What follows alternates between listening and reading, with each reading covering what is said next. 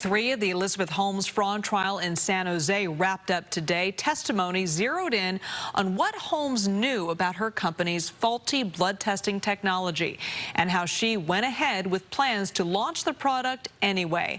KPIX's Len Ramirez joins us live from the federal courthouse with what the company's former lab director had to say. Len? That's right. The former lab director at Theranos testified that he sent emails and met personally with Elizabeth Holmes to warn her about all the sorts of problems they were having in the lab and all these blood tests that were coming back with difficult results to analyze.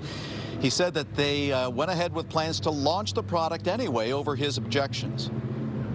Dr. Adam Rosendorf told the jury that in his opinion, Theranos was more interested in public relations and raising money than it was in caring for patients. He said he met Elizabeth Holmes in her office in 2013 to warn her that several blood tests on the Theranos machines could not be validated just days before they were to launch in Walgreens and be used on actual patients. He said Holmes was not her normal self and seemed upset and nervous, but she moved ahead with the launch anyway. Legal analyst Steve Clark says the prosecutor's case is building. What the government has to do here is not rely on just one whistleblower witness, but it's the number of voices coming forward warning Holmes and Bolwani of the problems at Theranos that's highly relevant. Rosendorf said he began fielding complaints from patients and their doctors about questionable results, including one patient who was told she miscarried when she was actually pregnant with a healthy fetus. This isn't just people losing money now. We're talking about people whose lives were in danger as a result of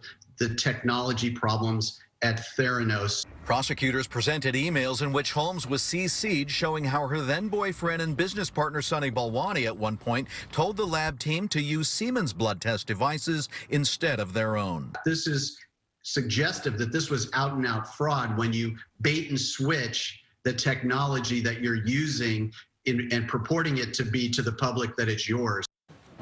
Len, what did the lab director do about his concerns with the company?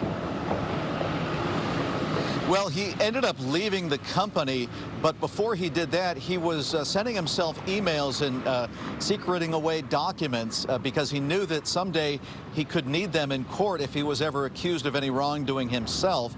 So he was preparing for the day when he might have to testify, as he did today. He had an inclination. All right, Len, thank you.